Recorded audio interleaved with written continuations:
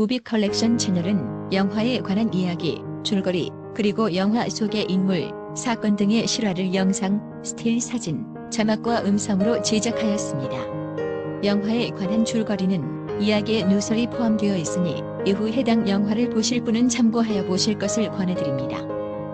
보신 후 즐겁게 보셨거나 도움이 되신 분은 구독과 좋아요를 부탁합니다. 감사합니다.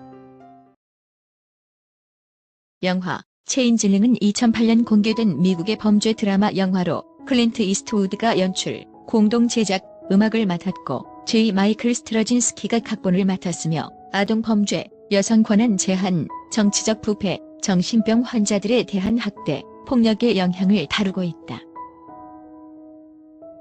1928년에 벌어진 실제 사건인 오늘날의 마이라루마인 와인빌에서 일어난 당 농장 납치 살해 사건을 배경으로 하고 있다. 안젤리나 졸리, 존 말코비치, 캐툴린 그리피스, 미셀 마틴 등이 주연으로 출연했다. 영화 줄거리 1928년 LA 회사에서 돌아온 싱글맘 크리스티는 9살 난 아들 월터가 사라진 것을 알게 되고 경찰에 신고하지만 아들의 행방은 어디에서도 찾을 수 없었다. 목숨보다 소중한 아들을 찾기 위해 매일매일을 수소문하며 힘든 나날을 보내던 크리스티는 5개월 후 아들을 찾았다는 경찰의 연락을 받는다. 하지만 경찰이 찾은 아이는 그녀의 아들이 아니었다. 사건을 해결해 시민의 신뢰를 얻으려는 경찰은 그 가짜가 윌터 콜린스라고 주장하는 것일 뿐 키도 작았고 신체적 특징도 다르다는 것을 크리스티는 경찰에게 말한다.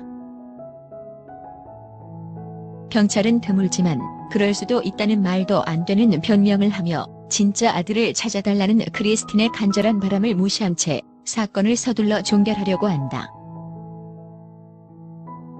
크리스틴은 구스타브 목사의 도움을 받아 아들을 진료한 적이 있는 치과 의사와 담임 교사의 도움을 받아 아이가 가짜라는 사실을 증명하고 기자회견도 한다. 상황이 난처해진 경찰에 존스 반장은 그녀를 몰래 소환한 후 정신병원에 강제 입원시켜버리고 자신의 말이 맞다는 진술서에 사인을 해야만 내보내주겠다고 협박한다. 알고 보니 정신병원엔 진짜 환자가 아닌데도 자신처럼 경찰에 반항해서 끌려온 여자들이 많이 있었다.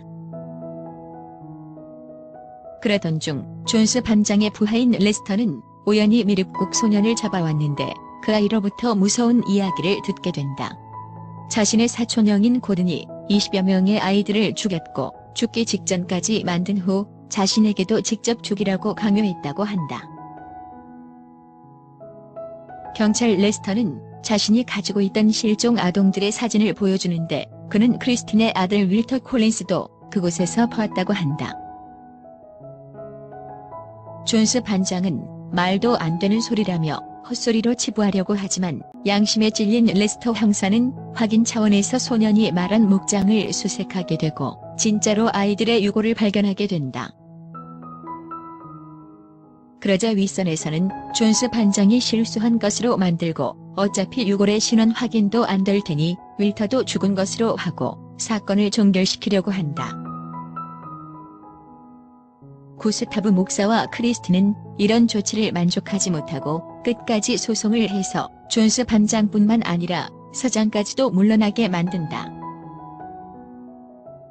또 경찰이 무단으로 시민들을 정신병원에 가둘 수 있게 만들었던 그 법안도 개정하게 만든다.